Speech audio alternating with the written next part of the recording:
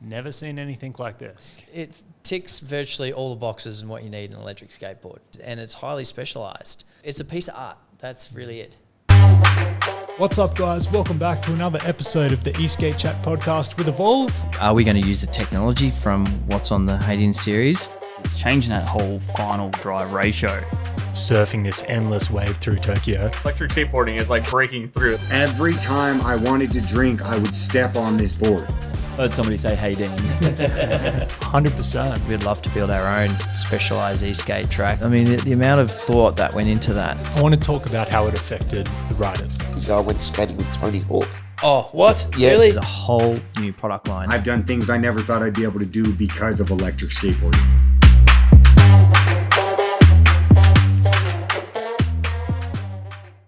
What's up, guys? Welcome back to another episode of the eSkate Chat podcast, where we're talking all things custom boards. So at the end of last year, we ran through a couple custom builds and we've just done a few more. What's on the cards with what we have dropping in the next day? It's coming out tonight. Yeah. I think we should have a bit of a preview on it, shouldn't we? Let's talk about it. Everyone loves a good bamboo electric skateboard, right? So what we've done here is we've tried to keep the hero of the board, which is the bamboo. It's really important. Like when you bring out a custom product, and especially with our bamboo series, it was always the intent was to show off the material, and we didn't want to like cover it in grip tape, and that's why all our designs have always been, very minimalistic. However, this one, which we're bringing out tomorrow, we're really excited about because it's got two different materials, and it's highly specialized. It's made of teak.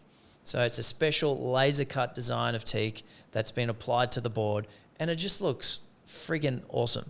What do you reckon? Yeah, it looks so sick. Like you said, one of the hardest bits when we were designing the GTR or the Hayden was how do we get enough grip coverage so you can ride it aggressively and still stick on the board. Yeah, that's true. But not cover up the bamboo, because that's the hero element of it all. We've used a lot of spray on grip, which looks awesome, but it's not full coverage and it does wear off. Whereas with this teak board, it's complete full coverage of the deck. Yeah. And the wood on wood look. I mean, it hasn't been done in skateboarding before, which is, interesting. When we first started talking about this idea, I wasn't quite sure, how it was going to look. And especially with the patterns, the wood on wood look, so you could still see through the bamboo underneath it. I wasn't quite sure what the look was going to be like, but man, it's turned out really sick. And what do you know about teak? Okay, so teak's a pretty interesting material. I should probably backtrack for a moment and say this is in collaboration with a local Gold Coast manufacturer. Yep. He just started. He grew up and did a lot of work in the boating industry, where he got familiar with teak as a material because they use it a lot on super yachts. And then he was a skater through and through, and he had this idea of, hey, we could actually use the properties from teak in skate, hence teak and skateboards, and he made this grip for us, which is super cool. Why teak? It's a hardwood material, so it's super, super durable, but there's something to do with how dense the wood fibers are, which make it a naturally non-slip material.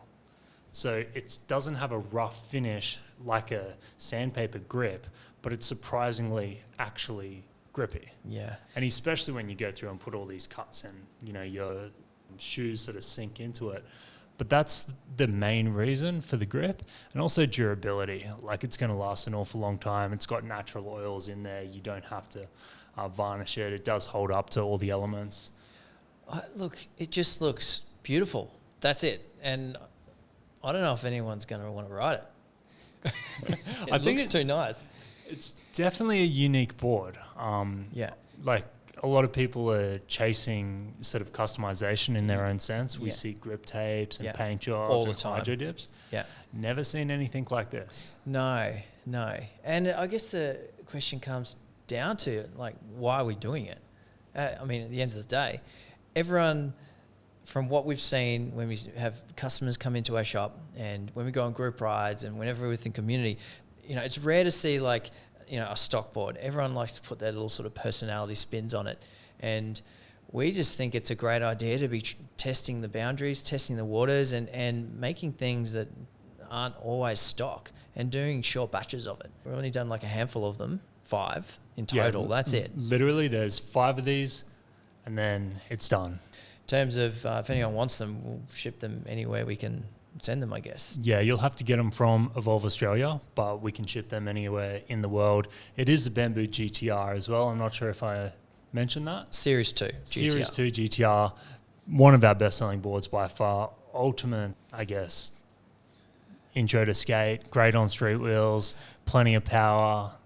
It ticks virtually all the boxes and what you need in an electric skateboard. It's got enough. It's a beautiful board, so quiet. It's one thing we need to be talking more about the Series 2, I think, is just how ludicrously quiet it is when you use it. Like compared to the Series 1, you just can't compare it. So different. Yeah, we'll have to do some side-by-side tests and actually like set up the microphones and show because it's also the pitch difference and like there's quite a lot to it. We'll compare it to the Hadian as well, because the Hadian's also super silent. Yeah. But when the power kicks in, it sounds like a jet. Yeah, no, that's true. But yeah, no, we're super stoked on this. We can't wait to see the feedback. There's only 5 of them. It's a piece of art. That's really it. So back on why we did this. I guess customized boards have sort of been part of your journey the entire way, right? Yeah. I remember seeing things before I started. We're talking, I don't know, 7 years ago. You did you make boards for the Australian Open, like green and gold ones at some stage? We did. Yeah. We spray painted a bunch of them, and that was the trophy board as well. It was a green and gold, and then that board got to be used at the Evolve Riders World Cup.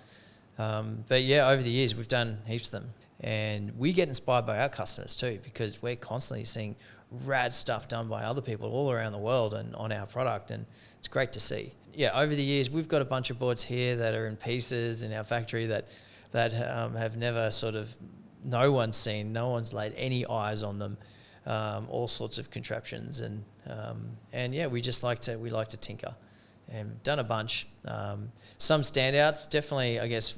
Talking point ones here would be the ones that we took to the UK Open. Each one was different. You know, there were 4 or 5 of them, and we named them, and they were hydro dipped, and yeah, we put different batteries in them, and it was a 4-wheel drive board and old technology, but we hooked up another motor controller with 2 other motors on the front, and it turned out to be like beasts of boards, and they were the kind of the earlier 4-wheel drive boards. I've got a couple of GTR Gen Series 1s, 4-wheel drive, one in my office. It's just sitting there on my rack. It looks great. Just decided not to bring it out. But it's a great looking board and it hauls ass. But range is small though. It's one of the downsides. Yeah, I mean, there's been so many. There was the speed board. You did the all gold one. Oh, yeah. So that's right. There's bits where we change the aesthetics, and then when we get into the electronics and start playing with that. Do you want to tell me about that gold board? The gold board, that's right. We painted it gold. It was a carbon deck, and it had like this fleck through it. So in the light and the sun, it looked amazing. It sparkled, but it had different motor controller settings in it, and had some high kV motors. So it went really fast. It wasn't built for like massive torque, but it was built for going fast. So potentially one of our fastest boards until maybe now, right? Yeah. Well, that's right. That was on a 10S system back then. So yeah, we like to tinker. You know, we can't be offering the fastest, most powerful boards to everyone in the market, because it's probably not the wisest thing to do for some of our customers. So we like to keep a few up our sleeves just for our shits and giggles purposes, I guess. We've got a stock Hadian here. Pretty much it's all the same componentry, and it's just really, we've just taken off the handcuffs to it. You know, the stock board that we sell to the consumer product is wound down a little bit. We don't want it to go too fast and too much takeoff. But this one here that's right in front of us, however, it's got some pickup. It's got some balls. It likes to get up to speed very quickly. It's got a great sound, and it goes top end fast. Like, you'd be crazy trying to hit those speeds. Yeah, well, we'll find out. And we've pretty much built this. We're going to display it over at the eSkateCon, which is the biggest electric skateboarding festival there is. It's going down in a few weeks' time over in Las Vegas. So if anyone's looking into that, just eskatecon.com. We'll be there. The whole team's there. There's a massive track set up for anyone to have a demo. Sounds like it's going to be a rad event. You know, a lot of people are going. There's different vendors. There's going to be some electric skate racing. I think it'll have certainly a party festival vibe, which is good for the industry.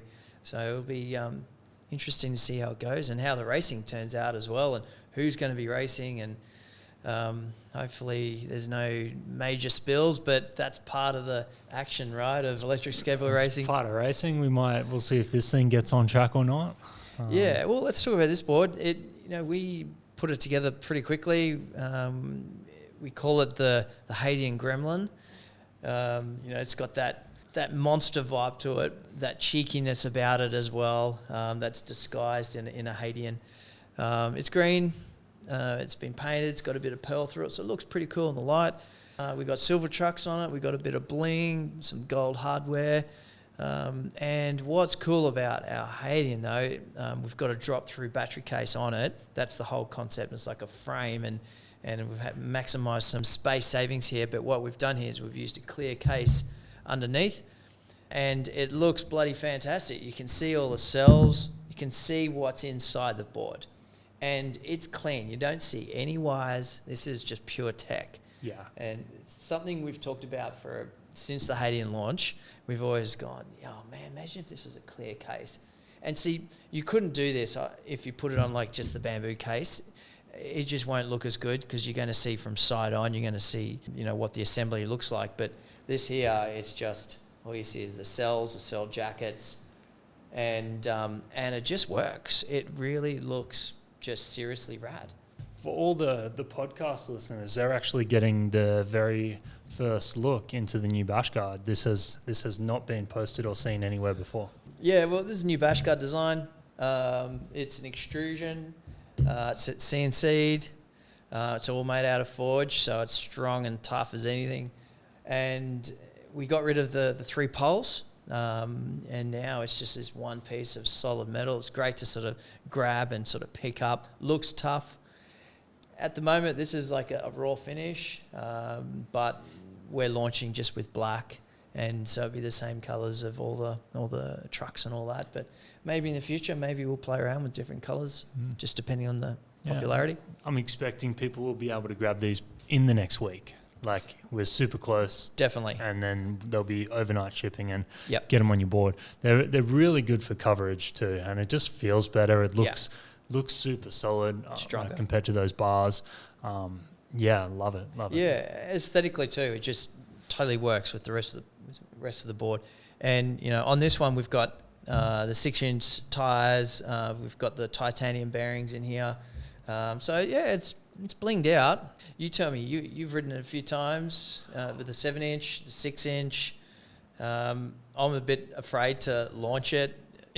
Yeah, I'm lucky. I'm a little bit heavier than the average person, so I can actually weigh it down. Yeah. But I'll tell you what, it really, really takes off. When we were doing some slow-mos of the launch the other day, the boys just had their phones out on slow motion mode. And it's sort of like a drag car. When you hit acceleration on full, the back end squats down. Yeah. And what that is, the motors drop, and that's because the truck is pivoting up and compressing the bushings. I know. And these are hard bushings. Yeah. And just the sheer power it has to rip those whole thing Apart. Yeah. Yeah. It's an awful lot of pressure and tension going through there. Yeah. But man, the belts hold up fine. And it's the same in braking too, actually, because the current going into it translates into braking. yeah. So you have to be aware that you are not on a normal Haitian. Yeah, that's right. So specifically, we put rock hard bushings in it to handle this extra power. Another thing to talk about here with this board is, it's got a lot more of everything. Everything else is stock, but it's wound up. But the extra power is mostly fed through into custom mode, which is a cool thing about it. So you can get in there in custom mode. You can go onto the app. You can change the brake settings or acceleration settings. If you don't want as much, You can wind it all down, and that's what we've had to do with the braking here. We've put it onto number 2 instead of that 5 or 6 Yep. number for the strength. And had to do it. Almost the weakest braking, because I'll tell you what, when it was at courses like at 6, Yeah, it was just locking up it more or was less. too much. Yeah, Yeah. that's right. But unfortunately, because software still runs through onto the other softer speed modes like the Corso and all, and Sport and all that. So that's one of the things that we'd like to sort of overcome maybe in the future. We didn't bother about trying to modify all the firmware for those speed modes. It's just not worth it. This is just our board. But we all know that you just use custom mode on this board. Yeah, well, I mean, the only time we're riding this is when we need that craziness, right? And that's not the sort of craziness you're going to want from a board very often. No. I mean, it's great. Let's take it to Eastgate Con, chuck it on the track, and it's a ball terror. Like, it'll go head-to-head against all of them and hold up. Yeah, definitely reaching to top speed. Like, this will get to top speed pretty damn quick, and and I know probably other boards there, they'll have a higher top speed, so that's when this will get overtaken. But this will get there to that certain speed probably fastest. It'll get there real fast, and it's still high. We'll still get near about 40 mile an hour, 60, 65 Depending what wheel and gear on setup. 60, 7-inch. Yeah. I think so. About Yeah, that's 40, right. Yeah, 60 k an hour, 65 k an hour. which is It's fast enough. very fast for a carved board. Yeah, because you can still carve it up. So no, this is cool, and definitely interested to see what people think of the clear case. I think it's very innovative look, looks great. And would we make this as a stock product, with a clear case in the future? I don't know. Just depends on what people think. Yeah, At well, the end of the day. and that's what it's all about, I guess, showing you guys like different little projects of what we're doing. So let us know if you like the clear case, the bash guard, the teak board for sure. Silver trucks, like we haven't spoken too much about silver trucks, but they look mad. I think they just look incredible. Yeah, it changes the look completely. I love a colored deck under grip tape as well. That looks awesome. Yeah. Color coding the lights to match whatever else is going on is very, very cool as well. There's so much to it. Even the little gold hardware, which is, it's just a couple bolts and screws here and there, but it really does like add that 1% touch. Yeah, and then the little smiley face on the valve caps. Look- It's all about fun, right? Look at us, we're just excited. We're just looking at this thing. Are you going to get anyone to ride this thing at Eastgate Con? You just have to be careful who's going to ride it. I was going to say, they got to prove they can handle it, because I know I'm talking a big game, but a lot of people won't be able to.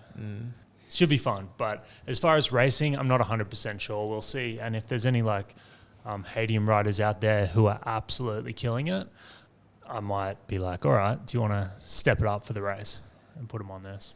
Yeah, they can have a go, see what they think. Wear full protective gear as always. Yeah.